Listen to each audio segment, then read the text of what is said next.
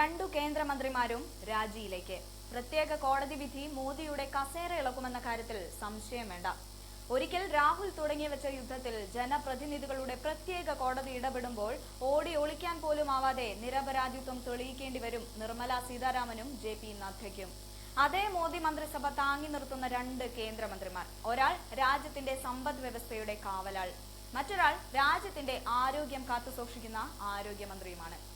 ED ഉപയോഗിച്ച് വിവിധ കോർപ്പറേറ്റുകളും അവരുടെ CEOമാരും MDമാരെയും റെയ്ഡ് ചെയ്ത് പിടികൂടുകയും അറസ്റ്റ് ചെയ്യുകയും ഈ റെയ്ഡിലൂടെ അവരെ ഭയപ്പെടുത്തി നിരവധി കോർപ്പറേറ്റുകളെയും പണക്കാരായ വ്യക്തികളുടെയും നിർബന്ധിച്ച് കോടികളുടെ ഇലക്ട്രൽ ബോണ്ടുകൾ വാങ്ങാൻ പ്രേരിപ്പിച്ചുവെന്ന് ചൂണ്ടിക്കാട്ടി ബംഗളൂരുവിലെ ജനപ്രതിനിധികളുടെ പ്രത്യേക കോടതി അന്വേഷണം ആരംഭിക്കാൻ വെള്ളിയാഴ്ച പോലീസിനോട് ഉത്തരവിട്ടിരിക്കുകയാണ്. ഇവിടെ ഇലക്ട്രൽ ബോണ്ടിലൂടെ പണം തട്ടിയെന്ന് ആരോപിച്ച് ജനാധികാര സംഘർഷ് സംഘടനയിലെ ആദർശ് അയ്യർ എന്ന വ്യക്തി നൽകിയ പരാതിയെ തുടർന്നാണ് കേസ്. എന്നാൽ നിർമ്മലയൊരുക്കുന്ന ഇത്തരം പ്ലാൻ പ്രകാരം ഈ ബോണ്ടുകൾ നദ്ദ, കട്ടീൽ, വിജയേന്ദ്ര തുടങ്ങിയവർ പണമാക്കി മാറ്റുകയാണ് പതിവ്. അനിൽ അഗർവാളിന്റെ നേതൃത്വത്തിലുള്ള സ്റ്റെർലൈറ്റ് വേദാന്ത കമ്പനിയിൽ ED നിരവധി തവണ റെയ്ഡ് ചെയ്തിരുന്നു എന്നാണ് ഒരു പരാതിയിൽ ആരോപിക്കുന്നത്. ഈ റെയ്ഡുകൾക്ക് ശേഷം 2019 ഏപ്രിൽ, 2022 ഓഗസ്റ്റ്, 2023 നവംബർ എന്നീ മാസങ്ങളിൽ കമ്പനി 230.15 കോടി രൂപയുടെ ഇലക്ട്രൽ ബോണ്ടുകൾ വാങ്ങിയിരുന്നുവെന്നും പരാതിക്കാരൻ ചൂണ്ടിക്കാട്ടി.